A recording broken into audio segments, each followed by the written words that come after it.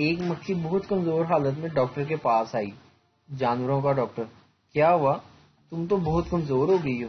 مکھی: میں غلطی سے ایک میمن کے چائے کے کپ میں گر گئی تھی، اس نے مجھے چوس چوس کر ایسا کر دیا ہے جناب۔ باس ورکر سے: ایک شیشہ لے کر آؤ جس میں مجھے میرا چہرہ دکھائی دے۔ ورکر: باس، نہیں ملا، میں سب دکانوں پہ گیا لیکن سب میں میرا ہی چہرہ دکھائی دے رہا تھا۔ یار مجھے اس بات پر بہت سخت حیرت ہوتی ہے کہ مرغی کے انڈے میں سے بچے کیسے نکل آتے ہیں۔ دوسرا دوست بولا: یار مجھے تو اس بات پر حیرت ہوتی ہے کہ بچہ اس کے اندر گھستا کیسے ہے۔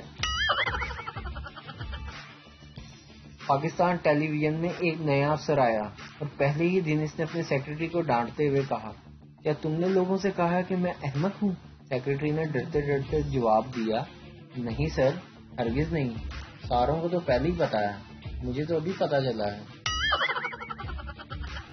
پہلا شیخ دوسرے شیخ دکاندار سے: یہ تم نے بہنگا ملازم کیوں رکھا ہوا ہے؟ شیخ دکاندار: اس لیے کہ اگر کوئی چوری کرنا چاہے گا تو اس چور کو یہ نہیں پتا چلے گا کہ بہنگا آدمی کس طرف دیکھ رہا ہے۔ ایک بھولے لڑکے کو اس کی ماں نے کہا کہ اپنے سسرال جا رہے ہو تو سسرال میں ذرا بڑھا چڑھا کر باتیں کرنا، اس سے ہماری عزت میں اضافہ ہوگا۔ وہ سسرال گیا تو ساس نے پوچھا: تم بس پر آئے ہو یا گاڑی پر؟ وہ بولا: میں تو جہاز میں آیا ہوں۔